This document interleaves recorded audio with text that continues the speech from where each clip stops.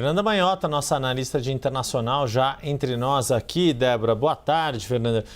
Muito contundente as palavras de Mahmoud Abbas, numa participação, num momento importante para a Palestina de poder participar não como um membro pleno das Nações Unidas, mas podendo ter essa participação, e às vésperas de outra participação que também vai ser cheia de expectativas. Amanhã deve ser a vez do primeiro-ministro de Israel, Benjamin Netanyahu, responder a essas críticas, não só de Mahmoud Abbas, mas de boa parte da comunidade internacional. Queremos ouvi-la, Fernanda. Boa tarde.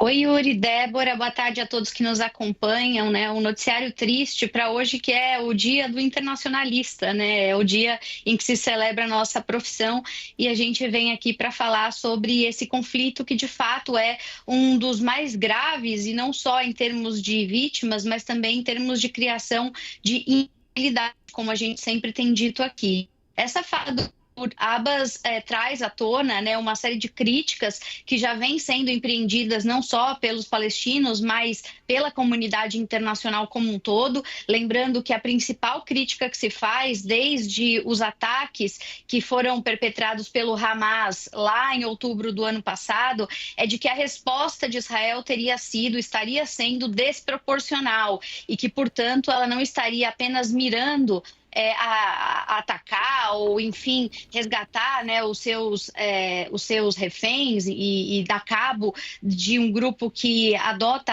medidas terroristas, mas que estaria condenando todo um povo, né, que já vem de um histórico, enfim, bastante complicado nesse trato, a uma condição de mais tristeza, enfim, de mais dor. Então, é um discurso, de fato, muito poderoso. Hoje existe um consenso na comunidade internacional, e olha que é difícil criar consenso na comunidade internacional, de que talvez uma saída para a situação israelo-palestina necessariamente passe pela chamada solução de dois estados. Então, reconhecer de fato que são dois países, que esses países têm que ter autonomia, têm que ter liderança própria, têm que ser tratados de maneira isolada. Isso não é simples, né? Demoramos décadas para chegar nessa solução. Teve um período da história em que se defendia a solução de um único Estado, era, enfim, algo muito diferente do que hoje já se pacificou. A questão é que, do ponto de vista da própria Palestina, veja só, nós temos aí na tribuna da ONU falando o líder, né, da autoridade palestina, que em geral está concentrada no trecho de terra, que é a chamada Cisjordânia, mas enfrenta uma crise de legitimidade no outro pedaço que é a Palestina, que é justamente Gaza.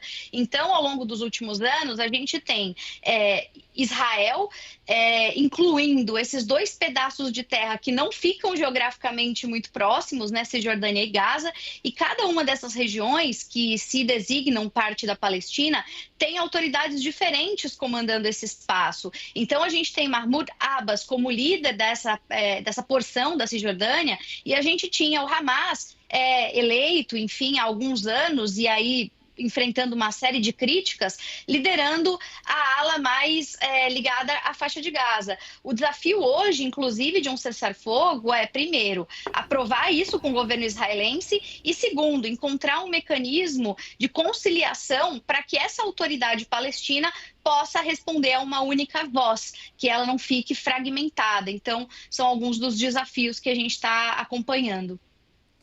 Fernanda Manhota, boa tarde para você. E agora eu quero te perguntar sobre o outro líder, sobre Benjamin Netanyahu, que chegou nos Estados Unidos e tem o discurso dele amanhã na ONU. O que dá para esperar do posicionamento de Netanyahu?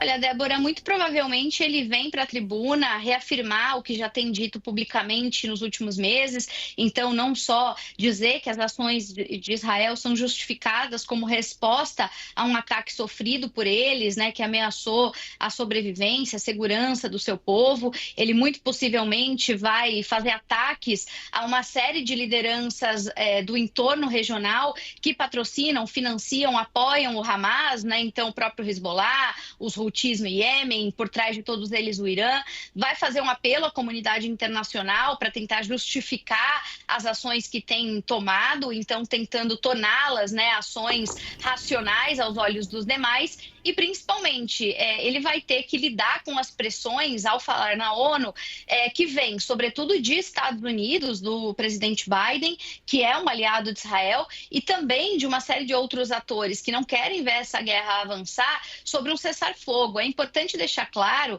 que os Estados Unidos têm trabalhado nos bastidores fortemente para tentar negociar um cessar-fogo de 20 dias, 21 dias na região do Líbano. E que há informações de que o próprio Benjamin Netanyahu estaria disposto a entrar nessa conversa. Só que no momento em que ele deixa Israel e viaja para participar da Assembleia Geral da ONU, existe a circulação dessa informação de que talvez pudesse haver a divulgação de um cessar-fogo, e o gabinete de Israel, né, que enfim, ampara o governo Netanyahu, sobretudo a ala mais linha dura, mais conservadora, reagiu muito mal. Houve uma ameaça de demissão coletiva desse grupo. E aí, para evitar a debandada e a perda da única resistência política que ele ainda tem ao seu lado, ele, portanto, teria voltado atrás nessa negociação. Joe Biden está implacável nos Estados Unidos tentando construir esse consenso. Ele, portanto, do lado de Netanyahu, teria tido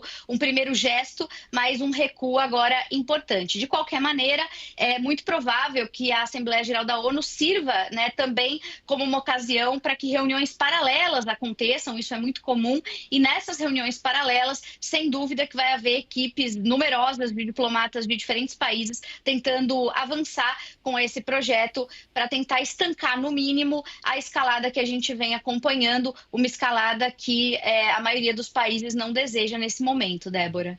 Pois é, Fernando, eu te ouvindo falar sobre Joe Biden, esta pressão, e Netanyahu, ambos com diferentes timings ali correndo, né? É inegável que daqui a 11 dias teremos uma efeméride muito triste e muito relevante, que é justamente o 1 ano do ataque terrorista de 7 de outubro, perpetrado pelo Hamas, que vai renovar as pressões em torno da não libertação dos reféns sequestrados, mantidos em cativeiro, e no caso de Joe Biden, toda a questão temporal envolvendo as eleições americanas. O quanto, para a gente encerrar aqui bem rapidinho, esses timings estão fazendo muito parte desta pressão do que a gente tem visto desses posicionamentos. É totalmente isso, Yuri. Do lado americano, é aquele clássico muito ajuda quem não atrapalha. Então, o Joe Biden está tentando construir o seu legado e entregar o governo com a boa notícia de que ele conseguiu costurar essa negociação. Esse é o desejo ideal. E, no mínimo, ele não quer atrapalhar a Kamala Harris. Então, não quer dar nenhum passo que leve a uma ascensão ainda pior desse conflito.